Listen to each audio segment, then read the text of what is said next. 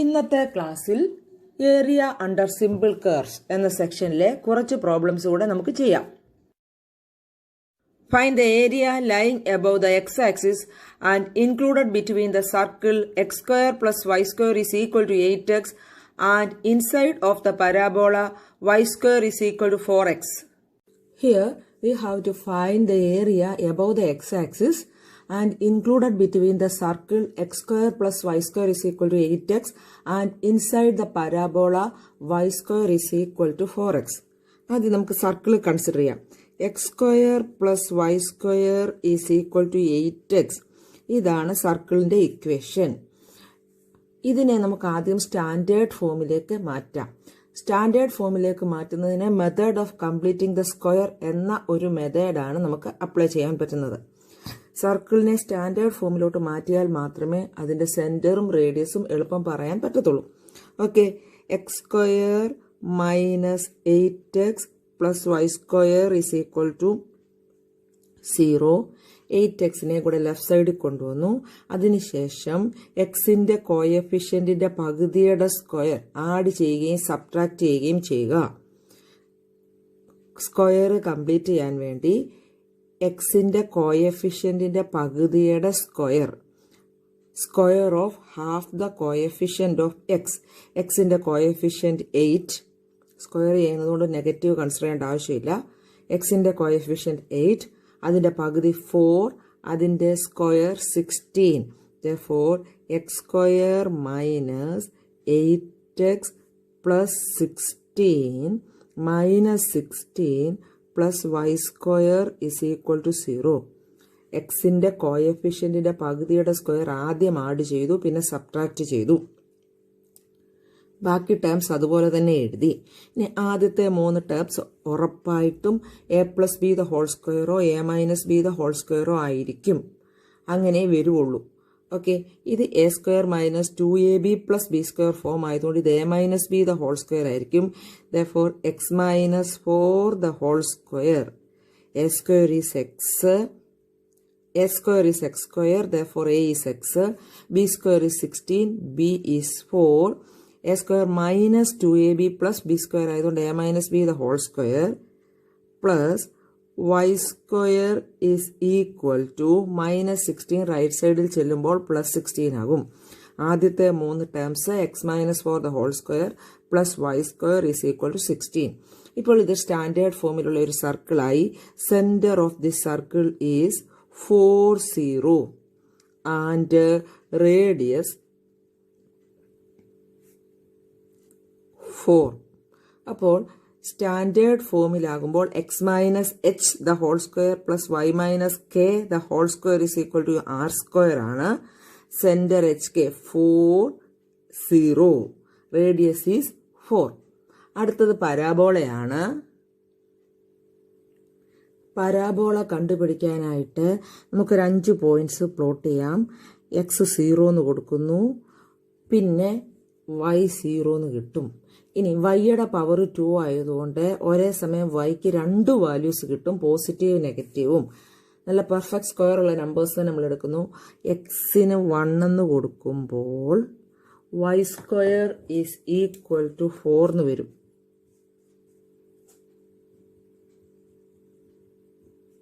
for y is equal to root 4, that is plus or minus 2. അപ്പോൾ എക്സിന് 1 കൊടുത്തപ്പോൾ വൈക്ക് 2 വാല്യൂ കിട്ടി, പ്ലസ് 2ഉം മൈനസ് 2ഉം. When x is equal to 4, y square is equal to 4 into 4 16 എന്ന് വരും. Y is equal to plus or minus 4. Correct റൂട്ടുള്ള നമ്പേഴ്സ് കിട്ടാൻ വേണ്ടിയാണ് എക്സിന് 4 എന്ന് സ്യൂട്ട് ചെയ്തത്. വേറെ വാല്യൂസ് കൊടുത്താലും കുഴപ്പമൊന്നുമില്ല. അപ്പോൾ എക്സ് 4 ആകുമ്പോൾ വൈ 4ഉം കിട്ടും, മൈനസ് 4ഉം കിട്ടും. വൈയുടെ പവർ 2 ആയതുകൊണ്ട് എക്സിന് ഒരു വാല്യൂ കൊടുക്കുമ്പോൾ വൈക്ക് 2 വാല്യൂസ് കിട്ടും. ഓക്കെ, ഇനി നമുക്ക് ഈ സർക്കിളും പരാബോളയും വരയ്ക്കാം. Now centre of the circle is 4, 0. Centre ഞാൻ പ്ലോട്ട് ചെയ്തു. And radius is 4. 4 യൂണിറ്റ്സ് 4 സൈഡിലോട്ടും മാർക്ക് ചെയ്യുക.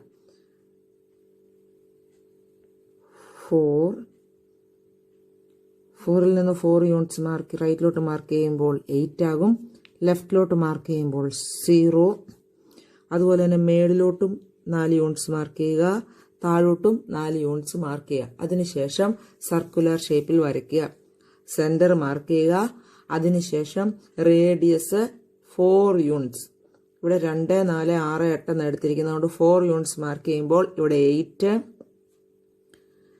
ഇവിടെ 0, മേളിൽ 4, താഴെ -4. ഓക്കെ, അങ്ങനെ മാർക്ക് ചെയ്യുക.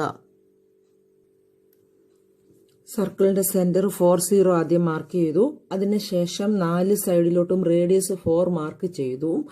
അതിനുശേഷം സർക്കിള് വരച്ചു. ഇനി പരാബോള പോയിന്റ്സ് പ്ലോട്ട് ചെയ്യാം.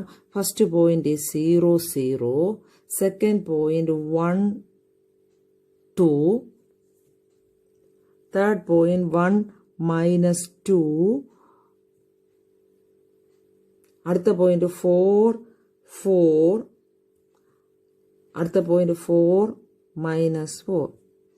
4, 4, 4, -4 നമ്മൾ നേരത്തെ കൺസിഡർ ചെയ്തിട്ടുള്ള പോയിന്റ്സ് തന്നെയാണ്. അപ്പൊ ഇത്രയും പോയിന്റ്സ് പ്ലോട്ട് ചെയ്തിട്ട് പരാബോളയുടെ ഷേപ്പിൽ വരയ്ക്കുക.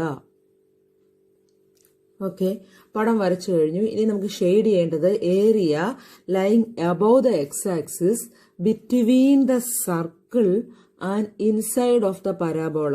അപ്പൊ എബവ് ദ എക്സ് ആക്സിസ് ആയിരിക്കണം. സർക്കിളിനും പരാബോളയുടെ അകത്തും കോമൺ ആയിട്ട് വരുന്ന പോർഷൻ ആയിരിക്കും ഷെയ്ഡ് ചെയ്യേണ്ടത്. അപ്പൊ അത് ഇത്രയും പോർഷനാണ് കോമൺ ആയിട്ട് വരുന്നത്. അത് നമുക്ക് ഷെയ്ഡ് ചെയ്യാം. ഓക്കെ, അതിനുശേഷം ശ്രദ്ധിക്കുക, shaded area is bounded by the x axis. 0 മുതൽ 8 വരെ ഈ ഏരിയ എക്സ് ആക്സിസിലാണ് ബൗണ്ട് ചെയ്തിരിക്കുന്നത്. പക്ഷേ ഒരു സിംഗിൾ കർവ് അല്ല ഈ ഏരിയ മേക്ക് ചെയ്യുന്നത്. 0 മുതൽ 8 വരെ ഈ ഏരിയ മേക്ക് ചെയ്യുന്ന കർവ് ഏതാണെന്ന് ആദ്യം കണ്ടുപിടിക്കും. 0 മുതൽ ഈ ഏരിയ സ്റ്റാർട്ട് ചെയ്യുമ്പോൾ ശ്രദ്ധിക്കുക, ഈ 4, 4 എന്ന് പറയുന്ന പോയിന്റ് വരെ ഈ ഏരിയ മേക്ക് ചെയ്യുന്നത് പരാബോളയാണ്. എന്നാൽ x=4 to x=8 area make ചെയ്യുന്നത് സർക്കിളാണ്. അപ്പോൾ 0 മുതൽ 8 വരെ ഒരു സിംഗിൾ കർവ് അല്ല ഏരിയ മേക്ക് ചെയ്യുന്നത്. 4 എന്ന് പറയുന്ന പോയിന്റിലെത്തുമ്പോൾ ഇത് സ്പ്ലിറ്റ് ആവുകയാണ്. നമുക്ക് നോക്കാം, 0 മുതൽ 4 വരെ area is made by the parabola and from 4 to 8 area is made by the circle. അത് നമുക്കൊന്ന് എഴുതാം. therefore area is equal to, നമുക്ക് മനസ്സിലാക്കാൻ വേണ്ടി ഇങ്ങനെ എഴുതാം, integral 0 to 4 parabola plus integral 4 to 8 circle. ഇത് നമുക്ക് മനസ്സിലാകാൻ വേണ്ടി നമ്മൾ എഴുതുന്നതാണ്. 0 മുതൽ 4 വരെ പരാബോളയാണ് ഏരിയ മേക്ക് ചെയ്യുന്നത്. പക്ഷെ 4 മുതൽ 8 വരെ സർക്കിളാണ് ഏരിയ മേക്ക് ചെയ്യുന്നത്. ഈ രണ്ട് ഏരിയയുടെയും കൂടെ സം ആണ് ടോട്ടൽ ഏരിയ. ഓക്കെ,